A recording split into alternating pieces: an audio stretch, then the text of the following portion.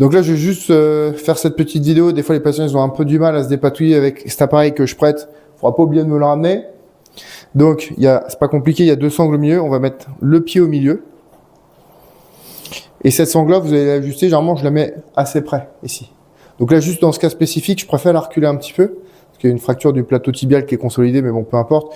Normalement, si c'est un ligament croisé ou quoi que c'est, moi, je le mets à peu près le plus haut possible, juste sous la rotule, pas sur la rotule, sous la rotule.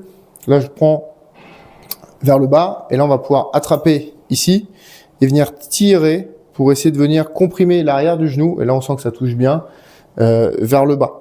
Et on revient. Alors, petite spécificité sur les ligaments croisés. Généralement, on va pas aller chercher l'hyperextension. L'hyperextension, c'est je pose mon genou et j'arrive à décoller le talon. Sur les ligaments croisés, généralement, surtout au début, on fait juste venir toucher derrière. Là, ici, il n'y a pas de problème si on doit récupérer un petit peu plus que de l'extension à 0. Ça dépend des cas particuliers, mais souvent, je vous le dis. Donc là, voilà, le but, c'est de venir toucher derrière, c'est ça. On va relâcher après un petit peu la pression. C'est important de relâcher un peu. Et on y retourne. On peut garder les mains là-dessus et venir tirer tout simplement, tout bêtement. Et on revient. Et surtout, n'oubliez pas sur cet exercice, n'oubliez pas de me rendre l'appareil quand c'est fini. Merci.